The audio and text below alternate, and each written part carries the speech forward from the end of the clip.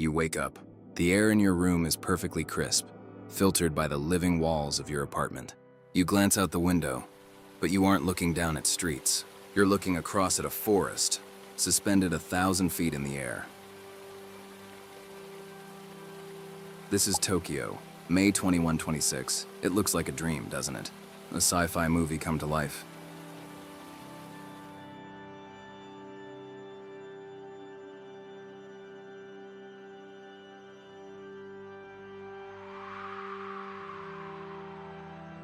But here's the thing. Everything you're seeing, from the mile-high towers in the bay to the driverless trains beneath your feet, isn't just a fantasy. The blueprints for this world were drawn a century ago. Back in the 2020s, engineers, architects, and the Tokyo government began projects that would redefine what a city could be.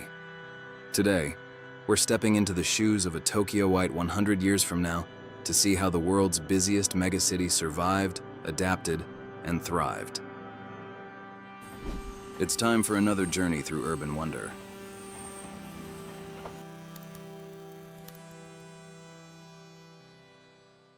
To understand 2126, we have to look at the old Tokyo of 100 years ago. Back then, Tokyo was already a giant.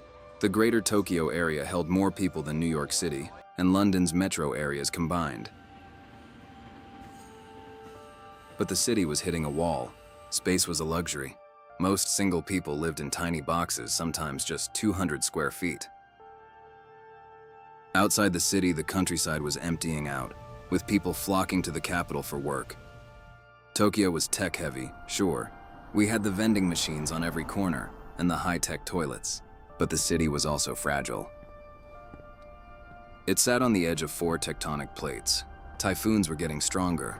Mount Fuji, just 60 miles away, was a constant reminder of nature's power. People wondered, how could a city this crowded ever stay safe? How could it keep its soul while the buildings just kept getting taller? The answer wasn't to build more of the same. It was to reinvent the city from the ground up, literally.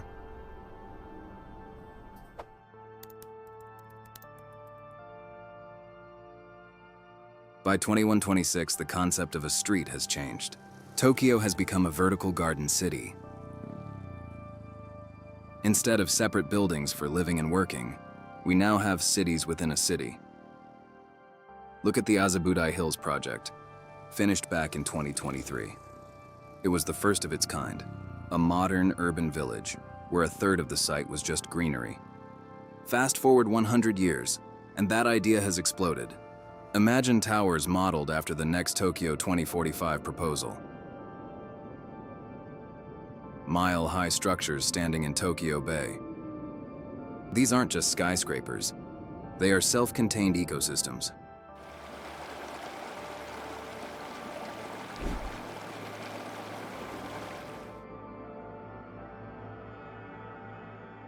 What's inside? Carbon-eating facades. The walls of these buildings use algae and biomaterials to literally breathe in CO2, cleaning the city air while you sleep. Pedestrian skyways. You don't walk on the pavement next to cars anymore. You walk through green ribbons elevated parkways that connect one tower to the next, 50 stories up. Urban cores. Remember the glass elevators at Shibuya Scramble Square? In 2126, these are the city's main arteries, zipping you from an underground subway station directly to a rooftop garden in seconds. The ground isn't a boundary anymore. It's just the first floor of a 3D world.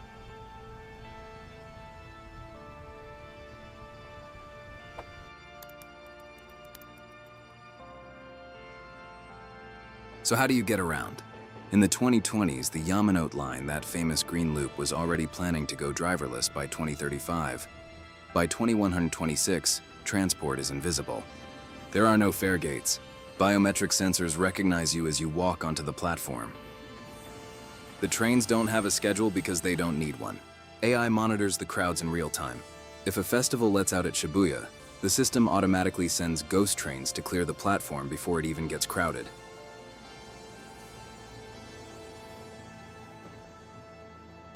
But it's not just about trains. Japan's population began shrinking a century ago, leading to a massive labor shortage. The solution? Robots became the backbone of the city. You won't see them as invaders. They're just part of the furniture. There are swarm bots, tiny robots that live inside the building's pipes, fixing leaks before a human would ever notice. Soft material exoskeletons help our older residents stay mobile and independent. There's vertical farming. Your salad was likely grown just 3 floors down in an automated agri-hub, harvested by a robot that knows exactly when the leaves are at their peak. In Tokyo 2126, the city doesn't just work for its people anymore, it quietly takes care of them.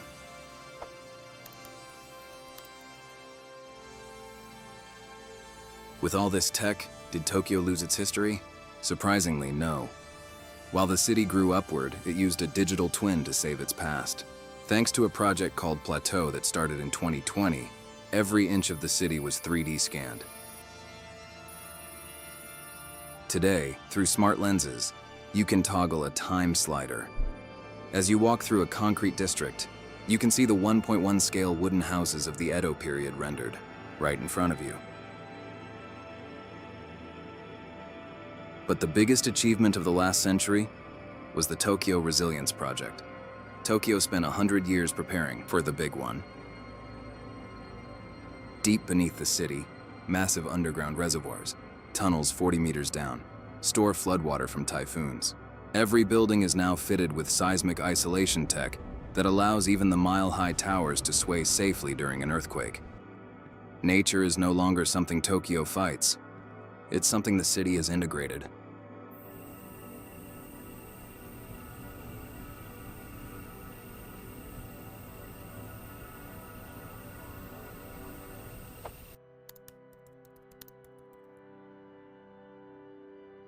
Tokyo 2126 isn't a different planet.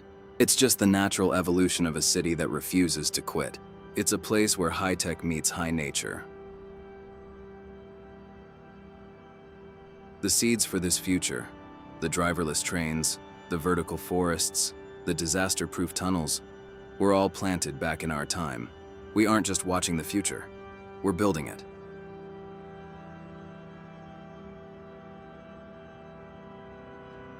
So, looking at this version of Tokyo, do you think we're heading in the right direction?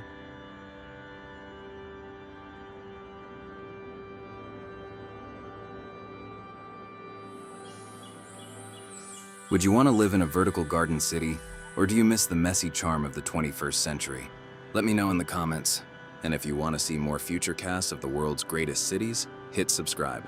I'll see you in the next century.